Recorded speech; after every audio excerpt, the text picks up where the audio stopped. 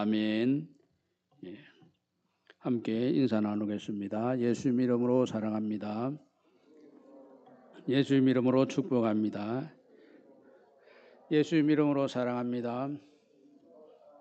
예수님 이름으로 축복합니다. 예. 얼마 전에 우리나라에 이제 큰 선거가 있었습니다. 우리 교회 입당식도 2018년도 그 선거가 있을 그때 입당식을 했는데 선거가 참 우리 교회하고 관련이 많습니다. 그런데 지금은 이제 선거를 하고 나서 참 우리나라가 참 어려움에 처해 있습니다. 세계적으로 수치스럽고 부끄러운 일을 이 선거를 통해서 나타냈습니다. 이게 작은 일 같지만은 앞으로 큰 일이 될 수도 있으니까 우리가 꼭 기도 제목을 이것을 잡고 기도를 해야 될 내용이다. 저는 그런 생각이 듭니다. 우리 집안에 있었던 개인적인 경험을 보면 저희 아버지가 이제 시각장애인입니다. 그런데 투표하러 갔습니다. 투표하러 갔는데 그전에는 이제 가족들이 안대를 해서 투표소에 들어가서 뭐 좀 보조 역할을 해주고 이랬는데 못 들어간다 이게. 아무도 못 들어간다. 그럼 뭐 글자를 못 읽는데 누가 누군지도 모르는데 아무도 보조 안 해주고 이게 앞을 하나도 못 보는데 누구를 어떻게 선택하란 말이냐. 법이 그렇다. 그런데 선거하러 가가지고 아버지가 시각장애인인 것 때문에 아버지도 모욕을 당했지만 우리 온 가족들도 그 소리를 듣고 어떻게 국가가 장애가 있다고 해가지고 이렇게 모욕을 줄 수 있나. 지금 아무것도 모르는데 도장이 어디 있는지 종이가 지금 어떤 종인지도 아무것도 모르는데 아무 도움도 없이 가서 참정권을 행사하고 권리를 행사하는 거예요. 이게 이전에는 이렇게 안 했는데 왜 이렇게 하냐고 아버님을 모시고 갔던 동생이 이제 이야기를 하니까 법이 그렇다. 법이 그렇다. 그래서 참 속이 확 뒤집어지지만은 뭐 또 사람 하는 일이라는 게 완벽한 게 없지 않습니까? 그리고 우리 아버님 시각장애인이기 때문에 당한 일을 다른 시각장애인들도 같이 겪었을 것이다. 만약 이 사람이 거기서 일어났던 일이 이제 실제로 모든 사람들에게 적용이 되었다면 시각장애인들은 다 그 같은 수모를 겪었을 것이고 그 가족들은 다 그런 수모 겪은 것을 가지고 참 마음이 상했을 것이다. 이런 짐작이 갑니다. 근데 그걸 가지고 뭐 모든 투표가 잘못됐다. 일반화시키기는 또 그것도 너무 그거는 더 큰 오해와 오류를 낳을 수가 있어서 그렇게까지는 할 수 없지만은 그때 당시 이거 이래는 안 되는데 어떻게 이럴 수가 있나 이런 생각을 그때 가지고 있었습니다. 근데 뭐 사람이 하는 일이니까 뭐 이런 정도도 있을 수 있겠지 하고 그냥 지나갔는데 이번에 선거를 또 하고 보니까 이 그때 겪었던 일이 그냥 우연히 있었던 일이 아니었을 수 있겠구나. 그런 생각이 들면서 뭐 수습을 하는데 보니까 속 내용을 조사도 안 하고 부실선거다. 부정선거다. 결론을 벌써 부실선거다 내려놓고 거기에 막 끼워 맞추는 거예요. 부정선거다 맞다. 그렇게 이야기하는 사람도 부정선거를 하면서 지나갔던 뭐 여러 가지 일들을 끼워 맞추는 거예요. 그래서 이거 참 우리나라 완전히 옛날에 조선시대 당파 싸움 하던 그것보다 더 심하게 정치꾼들이 완전히 판을 치고 있구나 이런 생각이 들었습니다. 왜냐하면 벌써 결론이 나와 있지 않습니까? 부실선거다. 조사를 안 했는데 어떻게 부실선거인지 부정선거인지 어떻게 합니까? 다 살피고 나서 그 다음에 결론을 내려야지. 미리 결론을 내려놓고 거기에 막 증거를 끼워 맞추는 것은 그것은 누군가를 틀림없이 이롭게 하거나 해롭게 하거나 하는 그런 음모가 그 속에 들어있을 수밖에 없습니다. 결론을 정리를 싹 하고 다 살피고 나서 마지막에 이것은 부실 선거였구나, 부정 선거였구나 이렇게 해야지. 처음부터 뭐 이렇게 결론을 내놓고 이야기를 하는 거예요. 야, 그게 참 우리가 지금 이런 문제를 수습할 수 있는 능력이 아직 없구나. 이런 생각이 저는 들었습니다. 그런데 이거보다 지금 다윗은 더 어마어마한 큰 일을 겪으면서 그 일을 극복하는 모습을 우리에게 시편 63편에서 보여주고 있습니다. 다윗이 이 문제를 어떻게 해결하는가 하는 것을 다 보면 우리 성도들도 이런 문제에 어떻게 접근해 들어가서 이 문제의 해결을 통해서 하나님을 경험하고 하나님의 나라를 이루어갈 수 있을까 하는 것을 이 다윗의 이 시편을 통해서 간접적으로 우리가 갈 길을 찾아갈 수가 있을 것입니다. 지금 다윗은 어떤 일을 겪고 있느냐 하면 유다 광야에 있을 때 이렇게 되어 있습니다. 표제에 보면 다윗이 유다 광야에 있을 때는 두 번입니다. 사울에게 쫓겨다닐 때 그때 유대 광야에서 생활을 했었습니다. 또 한 번은 자기 아들 압살롬이 반역을 일으켰을 때 그때 유다 광야에서 숨어서 혹은 비신을 해서 재기를 도모하는 그런 시간을 보냈었습니다. 근데 여기는 언제냐 하면 이 말씀 속에 보면 자기 자신이 왕이라고 하는 표현을 했습니다. 왕은 하나님을 즐거워하리니 11절에 그렇게 딱 결론에 자신이 왕이라고 표현을 했으니까 지금 유다 광야에 있던 이 시점에 다윗은 자기 아들 압살롬이 반역을 해서 아들 때문에 지금 피난을 가가지고 광야에서 생활하고 있는 그런 현실에서 오늘 이 시편의 말씀을 기록했습니다. 이럴 때 이 다윗의 마음이 얼마나 상했겠습니까? 우리가 당한 그런 거는 당했다고 말도 할 수 없을 정도로 자식이 아버지를 쫓아내고 그 왕자리를 자기가 차지하겠다고 하는데 그래서 아들에게 쫓겨가지고 광야에 들어앉아 있을 때 얼마나 그 아버지로서 피눈물이 나겠습니까? 근데 이것은 내가 인간적으로 생각해서 아버지로서 아들이 그런 일을 했을 때 피눈물이 난다 이렇게 표현한 것이고 여기 성경 속에 있는 다윗은 그런 일을 겪으면서 내가 피눈물을 흘린다 이렇게 표현하지 않았습니다. 어떻게 표현했느냐 하면은 여기 말씀 속에 보면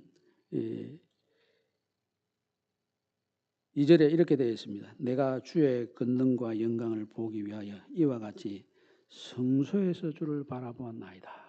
지금 자신이 이런 일을 겪고 있는 이것이 성소이다. 하나님 모시고 지금 예배하는 그 자리에 있는 것이다. 이렇게 했습니다. 바로 이것이 예배의 장소에서 내가 예배드리는 내용 중에 한 부분이다. 이렇게 본 겁니다. 이게. 성소에 있다고 하는 것은 하나님이 오셔서 우리의 모든 것을 주관하시고 우리는 하나님 앞에 무릎 꿇고 예배를 드리고 찬송을 하고 기도를 하고 있는 이 모습이 성소 모습입니다. 하나님 계시지 않으면 거룩한 곳도 아니고 하나님 계시지 않으면 성소도 아닙니다. 근데 다윗은 그 당시 이 하나님의 언약궤를 다윗성으로 옮겨오긴 했지만 성전은 없었습니다. 아직 성전은 짓기 이전이니까 성전은 없었지만 다윗은 성소라고 했는데 지금 이 유다 광야의 아들 때문에 피난을 와서 거기서 잠을 못 자고 하나님 앞에 간구하고 있는 이 자리가 성소다 이렇게 표현을 했습니다. 이렇게 되면 하나님 만나서 문제 해결 다 된 거 아닙니까? 하나님 지금 이곳에 와 계신데 문제가 문제될 수 없습니다. 어떤 문제라도 천지 만물을 창조하시고 또 자기 아들을 우리를 구원하시기 위해서 죽기까지 내어주신 그 하나님이 나와 계시니 천지 만물을 창조하신 그 지혜로 나를 구원해 주실 것이고 예수님을 보내주신 그 놀라운 사랑으로 나를 구원해 주실 것이요 우리를 구원해 주실 것이니 이 자리가 성소가 되었다 하는 그것만으로 이미 문제가 다 정리가 된 것입니다. 그런데 그 성소에서 들은 이 다윗이 하나님으로부터 들은 음성이 뭐냐? 3절에 보면 주의 인자하심이 생명보다 나음으로 내 입술을 주를 찬양할 것이라. 하나님의 인자하심이 좀 어려운 말로 하나님의 헤세드가 생명보다 더 크다. 더 나은 것이다. 그래서 나는 내가 생명의 위협을 받고 나라가 생명의 위협 가운데 무너질 갈 이런 위험에 있지만 그것보다 더 큰 하나님의 헤세드가 있기 때문에 찬송을 할 수 있다. 그런 환경에서 심장이 터지거나 마음이 상하거나 그래서 울분을 토하는 것이 아니고 울분 대신에 하나님 만나서 찬송을 할 수 있으면 그 찬송은 틀림없이 온 세상을 새롭게 만들 것이 틀림이 없습니다. 이런 그 억울한 일을 겪었는데 야 어떻게 해야 되냐 하고 만약에 뭐 우리 세상 사람처럼 세상 더러워서 못 살겠네 술이나 퍼마시고 그 뭐 우찌할 바를 몰라가지고 막 이리 이 울분을 토하고 이렇게 하면 어떻게 되겠습니까? 길이 안 보입니다. 그러면 아무 답이 없습니다. 그런데 그런 자리에서 세상 사람들이 술에 취해서 혹은 울분을 토하기 위해서 온갖 세상적인 방법을 동원하고 그렇게 하는 것 대신에 딱 하나님 모시고 찬송하고 기도하고 하나님 음성을 딱 듣고 있으니 얼마나 이 놀라운 일입니까? 우리가 가지고 있는 특별한 영적 시스템이 바로 이런 것입니다. 그렇기 때문에 우리는 땅 위에 있는 성도는 존귀한 자라. 틀림없습니다. 그 뭐 조금도 잘못된 말 아닙니다. 분명히 땅 위에 있는 성도들은 존귀한 자라. 예. 이때 인간적으로 보면 그 아들 압살롬은 어떻게 했느냐면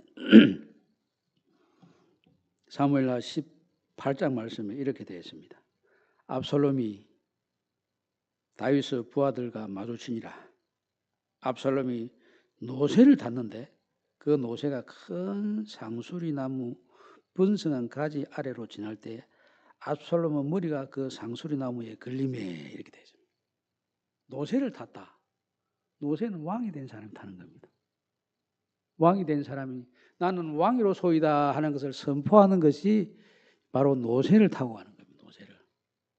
뭐 세상에서는 이 백마를 타고 가지만은 이스라엘 왕은 노새를 타고 갑니다. 그래서 자기가 왕이 다 되었다고 압살롬은 판단하고 있습니다. 그리고 압살롬이 그 이전에도 뭐라고 했냐면 이미 자기가 왕이 된 것처럼 압살롬이 살았을 때 자기를 위하여 한 비석을 마련하여 세웠으니 이는 그가 자기 이름을 전할 아들이 내게 없다고 말하였음이더라. 그러므로 자기 이름을 기념하여 그 비석에 이름을 붙였으니 그 비석이 왕의 골쪽에 있고 이제까지 그것을 압살롬의 기념비라 일컫더라. 벌써 기념비까지 세워놨어요. 자기는 이런 대단한 사람이라고 압살롬은 기념비도 세웠고 노새를 타고 들어갔습니다. 그러니까 이게 압살롬이 교만하기도 하지만 대세가 이미 압살롬에게 다 기울어 있다는 이야기. 다윗은 압살롬이 3년 동안 예루살렘 성 앞에서 재판하러 오는 사람들 다 받아가지고 그 사람들의 억울함을 풀어주고 그 사람들은 마음을 다 샀습니다. 백성들은 마음을 이미 압살롬이 다 사고 있고 그걸 아는 신하들 중에 똑똑한 신하들, 능력 있는 신하들은 다 압살롬 편에 들어갔습니다. 그러니까 똑똑하고 능력 있는 사람, 신하들은 자기 편에 왔고 백성들은 마음은 자기에게 왔고 그러니까 이제 이 나라는 내 나라다. 시간 문제다. 이렇게 생각해요. 그런데 압살롬이 시간 문제다 생각하고 기념비도 세우고 노새를 타고 갔는데 압살롬이 자랑하는 것이 뭐냐면 머리카락을 자랑해요. 머리카락을. 뭐 저는 머리카락 자랑할 게 없습니다만 머리카락 자랑하는 게 참 대단한 것 같습니다. 어떤 분이 이야기하는데 50대, 60대가 되면은 자랑할 거는 딱 한 가지입니다. 머리카락 수가 말합니다. 이렇게 말하더라고요. 그게 제가 머리카락 수가 적으니까 저는 자랑할 것이 없어서 당당하게 말할 수 있는데 어쨌든 이 압살롬의 머리카락은 아주 대단했던 것 같습니다. 그런데 그렇게 자랑스러운 머리카락이 노새를 타고 가는데 나뭇가지에 걸려가 대롱대롱 매달리는 그런 올무가 됐습니다. 올무가. 자기 함정이 됐습니다. 자기 자랑이 자기가 만든 덫이 됐습니다. 그래가지고 대롱대롱 달려있으니까 이 신하들이 다윗 이야기를 들었으니 죽이지를 못합니다. 압살롬 죽이지 마라. 압살롬 살려라. 이렇게 이야기해냈습니다. 죽이지를 못하고 하는데 조금 욕심을 가지고 있는 사람이 확 가서 죽여놓고 이제 뒷정리를 합니다. 요압이. 그런데 다윗이 이제 이때 어떻게 압살롬과 그 이후에 일어난 일들을 정리하냐면 하나님께서 생명보다 큰 게 헤세드다, 인자다, 은혜다, 사랑이다 이렇게 했으니까 압살롬을 반드시 죽여라. 지금 내 아들이고 뭐고 필요 없다. 지금 저 압살롬 때문에 얼마나 나라가 엉망이냐. 어떻게 자식이 그럴 수 있나. 반드시 죽여라 이렇게 하지 않고 압살롬은 꼭 살려라. 그리고 압살롬이 죽었을 때 다윗이 막 슬퍼서 계속 신하들이 말을 못할 정도로 슬퍼했습니다. 그러니까 이 신하 중에 요압 장군이 들어가서 아니 우리가 지금 죄인이 됐습니다. 우리가 전쟁에 의해서 지금 목숨 걸고 싸웠는데 전쟁터에서 싸운 우리들은 이긴 게 아니고 지금 진 사람들과 다를 것 없이 패자가 되었습니다. 왕이 그래서 되겠습니까? 이래서 계속 정신을 차리고 왕이 이제 그 신하들을 데리고 다시 들어가서 이제 나라를 회복합니다. 그런데 이것도 가만히 생각해 보면 어떻게 왕이 좀 제정신을 가지고 지혜롭게 그리고 아래 사람들이 가지고 있는 아픔을 생각하고 그 사람들이 어떤 마음을 가지고 있는지를 먼저 살펴줘야지 자기 생각만 하나 이렇게 할 수 있지만은 사실 다윗이 하나님으로부터 받은 응답은 헤세드입니다. 생명보다 큰 것이 인자다. 은혜다. 사랑이다. 아들을 반영했지만 아들을 사랑하는 마음을 더 내세웠습니다. 그래서 죽고 나서도 골치 아픈 아들 죽었다 이렇게 한 게 아니고 너무너무 슬퍼했습니다. 인간적으로 보면 어떻게 왕이 돼가지고 좀 의연하게 그리고 모든 사람들을 좀 감정을 숨기고 포크페이스로 그렇게 딱 개인적으로는 아픔이 있지만은 신하들 앞에서는 좀 왕다운 이런 모습을 보여야지. 그렇지 않고 그 아들 죽은 거를 갖다가 신하들보다 백성들보다 먼저 생각해서 되나. 근데 그렇게 했기 때문에 다윗의 신하들이 내가 공이 큽니다. 이러고 그 다음에 권력 다툼이 없었어요. 그게 참 중요합니다. 지금 우리나라 보십시오. 선거하고 나서 권력 다툼하지 않습니다. 내가 공이 크다. 공이 누가 책임이다. 그게 굉장히 무섭습니다. 그게 파멸에 이끄는 망하는 길입니다. 그게. 그런데 다윗이 자기 아들 때문에 울고불고 이렇게 하니까 뭐 내가 공이다. 내가 무슨 큰일을 했다. 아무도 내세울 수가 없는 겁니다. 내세울 수가 없어. 그래서 이 반란을 일으키는 데 있어서 진압을 하는데 내가 큰 공을 세니까 내게 건세를 주십시오. 아무도 그 주장을 할 수 없는 거예요. 그래서 시편 63편 말씀을 보고 다윗이 울고불고 한 것이 하나님은 그런 깊은 지혜가 담겨 있는 것이구나 하는 것을 시편 63편을 보면서 다윗의 일을 보니까 그렇게 느껴졌습니다. 정말 그렇지 않습니까? 이 하나님의 사랑을 가지고 자기 아들을 반역자니까 반역자 입장에서 그 아들을 본 게 아니고 아버지로서 아들을 보는 입장에서 사랑으로 그걸 딱 들여다보니 그 이후에 일어날 많은 문제들이 잘 정리가 됐습니다. 이게 하나님의 헤세드를 가지고 그 하나님 주신 응답대로 움직였을 때 사람은 그 뒤에 일어난 아름다운 그 하나님의 질서를 느끼지 못하지만 하나님 나라를 느끼지 못하지만 우리는 하나님께서 그런 깊은 섭리가 있어서 그 인간적인 정을 드러내는 왕의 모습을 가지도록 했구나 하는 걸 알 수 있습니다. 우리 예수님께서도 이 땅에 오실 때 바로 이 다윗이 가지고 있던 이 헤세들을 하나님의 은혜의 모습으로 우리에게 찾아오셨습니다. 그리고 예수님은 말씀이 육신이 되어 우리 가운데 오신 분입니다. 우리 예수님 안에 하나님의 은혜가 있고 하나님의 영광이 담겨 있고 그 하나님의 은혜와 영광 속에 세상 사람들에게 주는 생명의 빛이 그 속에서 나왔습니다. 우리 하나님은 우리 예수님을 보실 때 하나님이 세상을 이처럼 사랑하사 독생자를 주셨으니 이는 저를 믿는 자마다 구원을 얻게 하려 함이라 이렇게 했습니다. 그리고 예수님도 역시 생명보다 더 큰 사랑을 가지고 우리에게 찾아오셨습니다. 그리고 사도 바울도 역시 전도하고 선교하고 그 살아가는 모든 현장에서 생명보다 더 귀한 하나님의 은혜에 붙들려서 그 모든 사역을 감당했습니다. 그래서 오늘 주신 로마서 말씀의 결론도 그렇지 않습니까?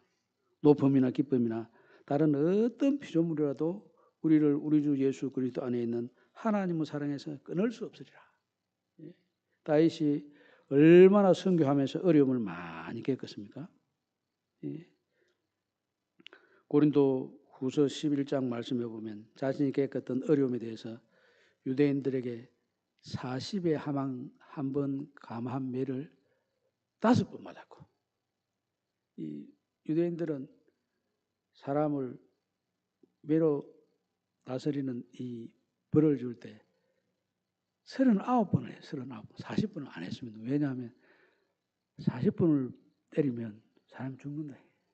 그래서 한 번을 감한 이유는 사람이 실수가 있으니까 하나 둘 셋 넷 하다 39번을 2번 해가지고 40번 때리면 사람이 죽으니까 사람이 실수할 수 있다 해서 39번까지만 때리도록 했습니다. 근데 그걸 5번이나 맞았다. 모든 것이 위협했습니다. 동족도 자기를 죽이려고 쫓아다녔고 이방인들도 그랬고 또 강도 위험했고 바다도 위험했고 강도도 위험했습니다. 뭐든지 위험했습니다. 그런 위험 속에서도 끝까지 주님 말씀을 전가할 수 있었던 것은 하나님의 이 사랑이 그 모든 그 어떤 위협이라도 있더라도 하나님의 사랑이 그것을 끊을 수 없도록 그렇게 강력하게 작동했다는 것입니다. 지금 우리가 가지고 있는 문제들도 많이 있을 수 있습니다.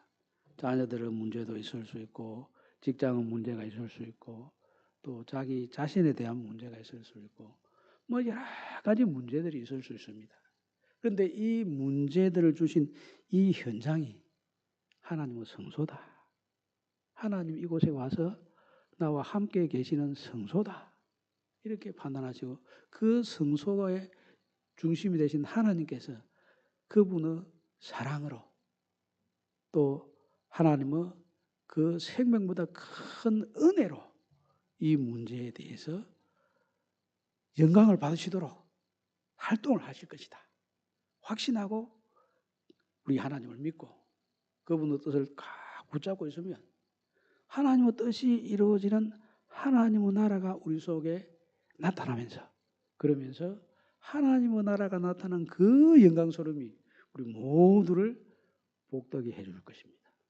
세상 방법이 아니라 하나님의 질서 속에서 하나님의 은혜 속에서 이 하나님의 그 모든 지혜와 능력 속에서 우리를 하나님의 복 가운데로 이끌어 주실 것입니다.